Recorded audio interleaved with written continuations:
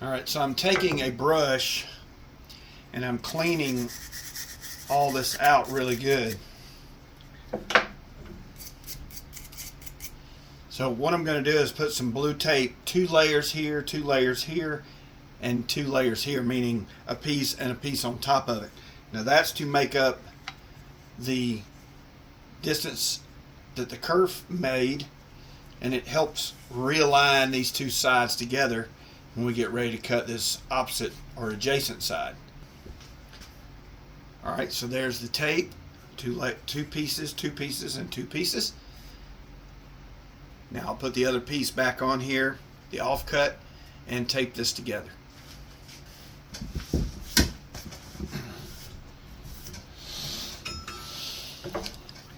All right, I've got these taped back together, and we're going to cut this side.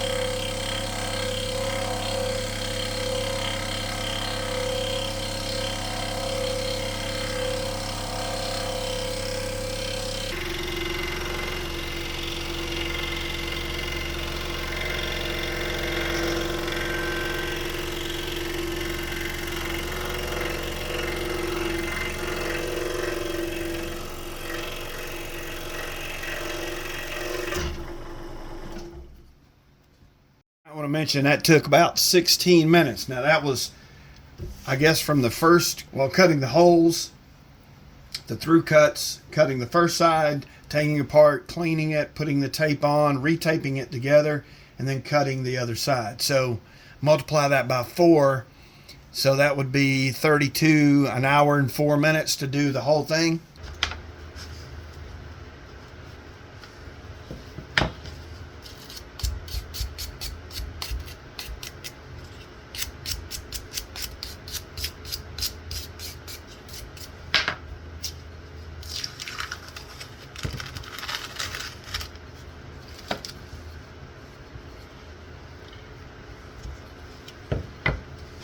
All right, so previously I cut the other 3 pieces and I only filmed showing this one. So I've marked them on the bottom That way we know kind of how they go back together. So, first time trying these together.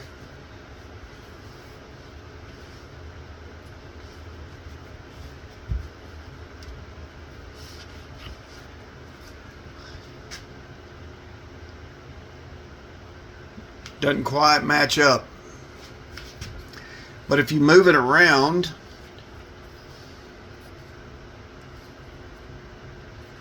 you can get it to line up pretty good. Now the backs are not going to line up now, but the fronts look pretty good.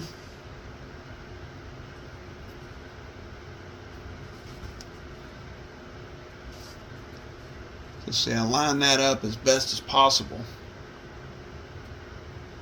Oh, it just slipped.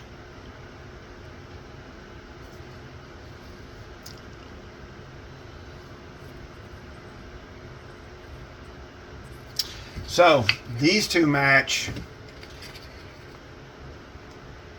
I'm sorry, they don't match. These go this way. So let's see how they fit that way. I had them wrong. I'm sorry.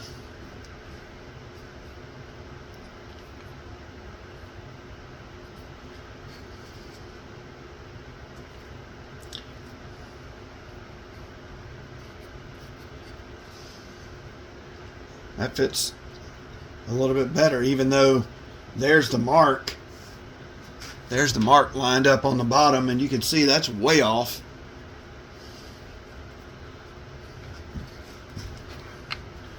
We put it all together.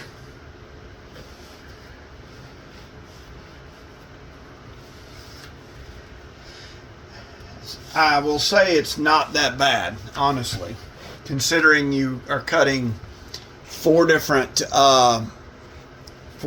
pieces and having to make 1, 2, 3, 4, 5, 6, 8 different cuts. To me, this is all about accuracy, and it starts with your stock. This has to be totally square, equal distances on all 4 sides, and square. The next part of being accurate is putting the pattern on the stock properly. I did notice while I was cutting those that you know, the line that is in between the two halves here, like this, because the pattern looks like this, then the line in the middle was not quite on the edge correctly, so there's a discrepancy there. Then you're going to cut that pattern out, and I try to cut it as accurately as possible, cutting on the line, so there's a mismatch there. And if this stock is not square, there's a mismatch there. So all of that compounds and adds up on each side. But this is just a concept. I wanted to see if this would work or not. And to be honest with you, these two sides match up pretty good just standing them up. They're not that bad. So these are almost perfect. So let's see if we put these back to back.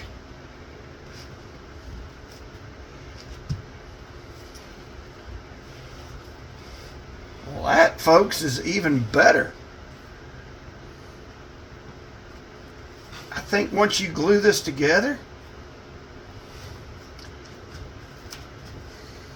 and I would much rather even up the tops, get all of this right, and then deal with the bottom or the backs. I think that would be. That was where it would be a real winner. So I tell you what I'm going to do. I'm going to glue these up off camera, and I'm going to get them as close as I can here at the top, and then we'll deal with the bottom. We can. That's easy to sand that off and make it stand straight up and down. So, I don't know. This might actually work. So, let me glue these together and I'll be right back. All right, some of these don't look too bad. I have done some filing and sanding with this. I actually planed the back of this with my hand plane to even up the two sides. They were not even. I think the discrepancy in these is the pattern placement on the stock. So here's the other one.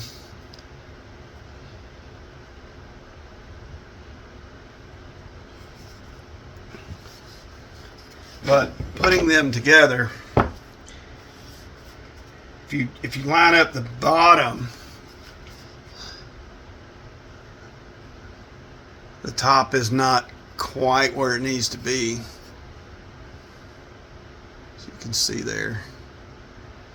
But if you line the tops up, also there's a crack there. If you line the tops up a little bit better, so if we line the tops up, they are about as off as the sides were. This is the worst face here.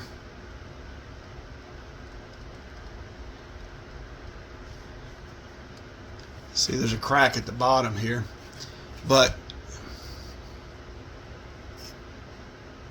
I think there's enough material there on this one face that you could you really take some time to line these up and glue them and them not move. I'm going to do that. I'm going to pull these apart and kind of get them, maybe lap the backs of them with some sandpaper, you know, flat like this, and see if I can't get the backs to be a little straighter. That'll help, and then we can glue it together, get it lined up a little bit better, and then do some shaping from there and see what we're left with. All right, I wound up using my hand plane to kind of flatten these out on the back. That's not too bad. Clamps will definitely pull it together. So I'm going to use Titebond Quick and Thick.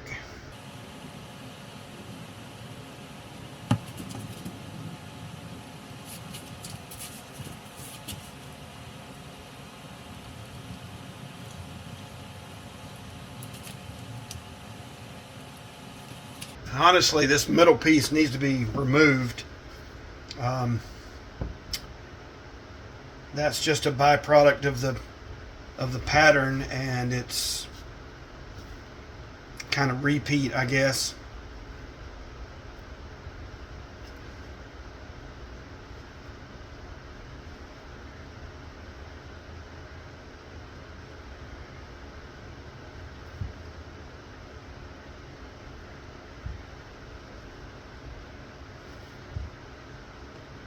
Trying to find a happy medium here to where there's material on both sides and we can kind of even things up.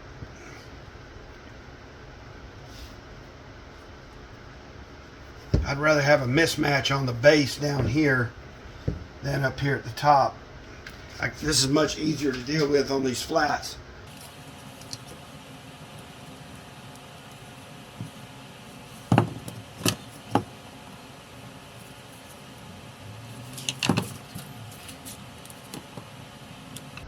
I realize it's an odd shape too, but just a prototype to see if this concept will work, and I think it will. You just have to be super accurate on creating your stock and then placing the pattern on and then cutting like we talked about before. But you can always take your files. I have a Shinto rasp and some other large files that I can, and of course sandpaper to cut to even up all the faces that aren't matched up and things like that. So,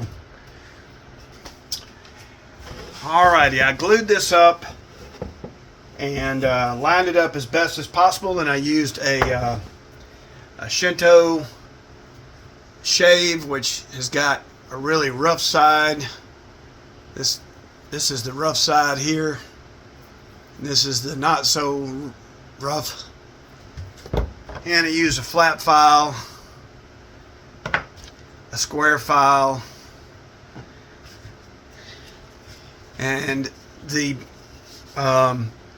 spindle sander. The spindle sander, I just knocked these edges down quite a bit first, and then just used that to flatten it out. This side still needs a little bit right here in the middle, but that's okay. So there was really only one face that was a problem, and it's this face right here.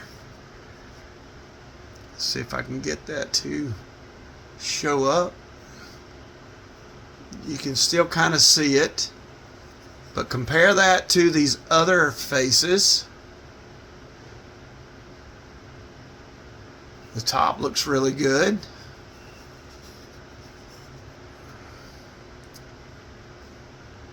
It still needs a little bit right here, and then I guess on this side. But all in all, I think this will work. I like how big it is. Let me grab the original size that I had problems cutting to begin with and compare them. Well, I forgot I gave that one away, but here is another one made out of cedar. You can see that they are significantly different in heights. So I don't know. Look at that. That's kind of cool. You don't see a whole lot of big 3D cuts like that on a scroll saw. So I hope you enjoyed this real quick little video. Kind of a new concept. Hopefully it will stick. And if you would, please like, comment, and subscribe if you're not already a subscriber. And we'll see you on the next one. Thanks for watching.